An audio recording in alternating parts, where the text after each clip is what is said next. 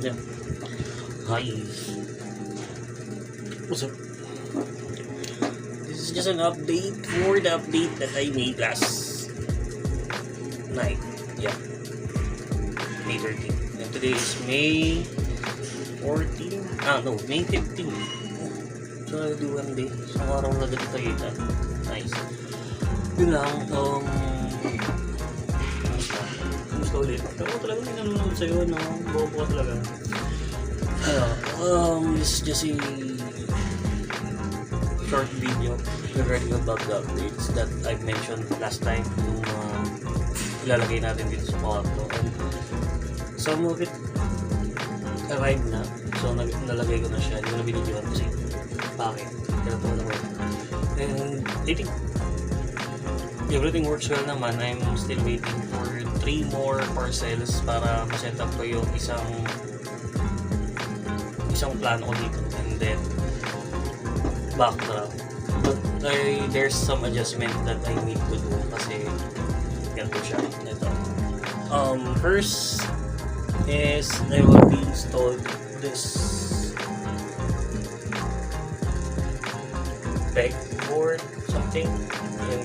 And ang dami yung hooks. Hindi mo siya madami pero may mga hooks siya. And then there's a lot of things that you can actually ilagay sa loob yun. So that's amazing.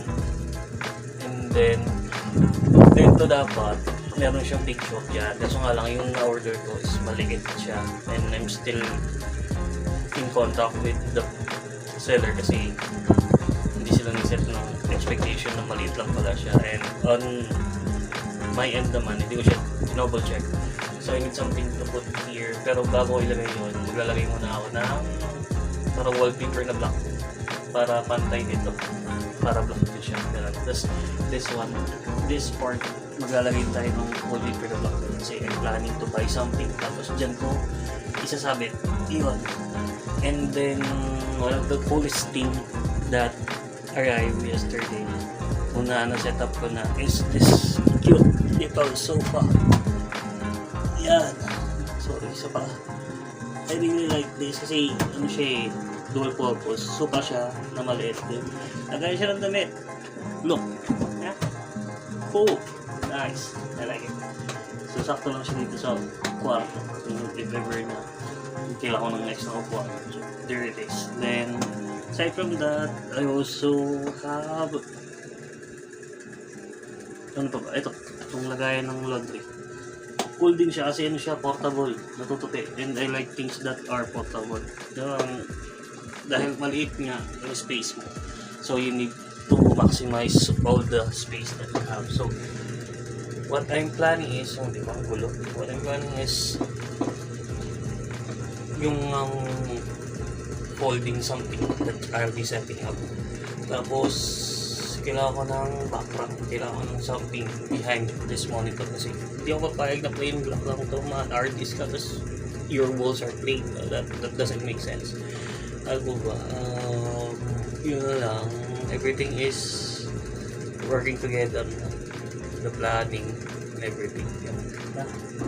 Yan lang to, malinis to kasi hindi ko lang kasi wala pa ako sampayan pala. Exactly.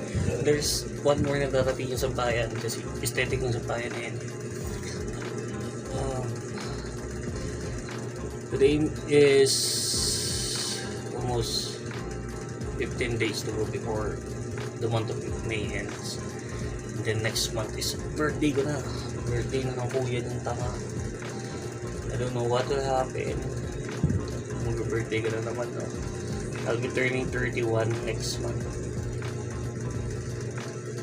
I'm excited. I don't know. Because I am really positive for this year. I've started slow but little by little everything is working out.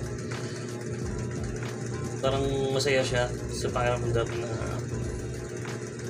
little by little you're moving forward, not just any specific aspect of life but with life general. There are things that really on my mind that I wanna do again,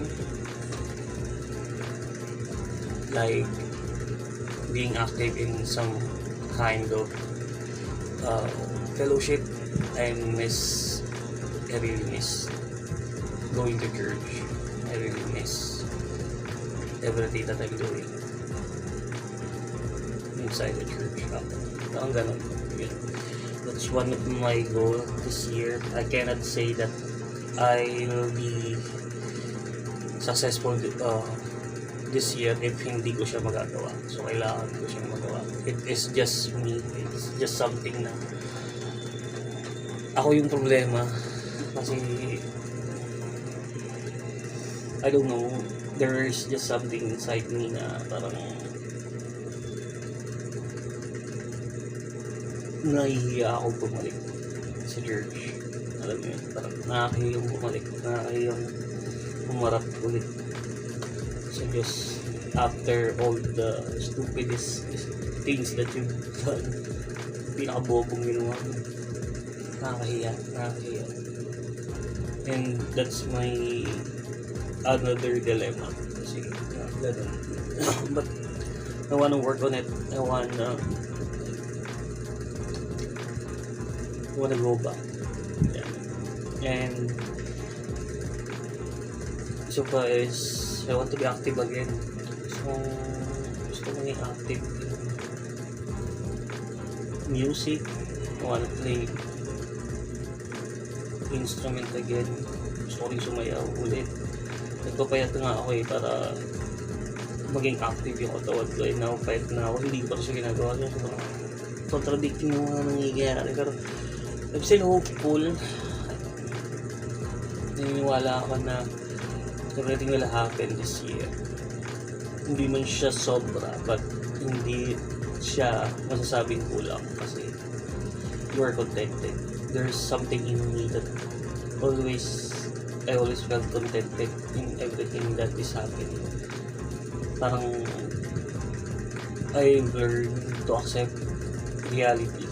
I've learned to accept that everything happens around you is uncontrollable, especially those things na beyond your capability or beyond your control, diba? Parang ganun. My mantra is, aside from it is what it is, share ko lang is yung sinabi ni MJ dun sa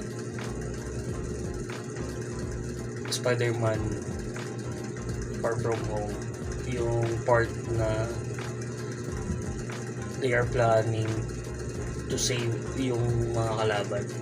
And sabi ni MJ dun kay Spider-Man or kay Peter Parker is, expect disappointment and you'll never be disappointed. Doon kasi namin. Basta alam ko si Spider-Man yun. Oo, tingin ko talaga yung Spider-Man Far From Home yun. That really makes sense. Expect disappointment and you'll never be disappointed. Yun lang. May natawa. Okay.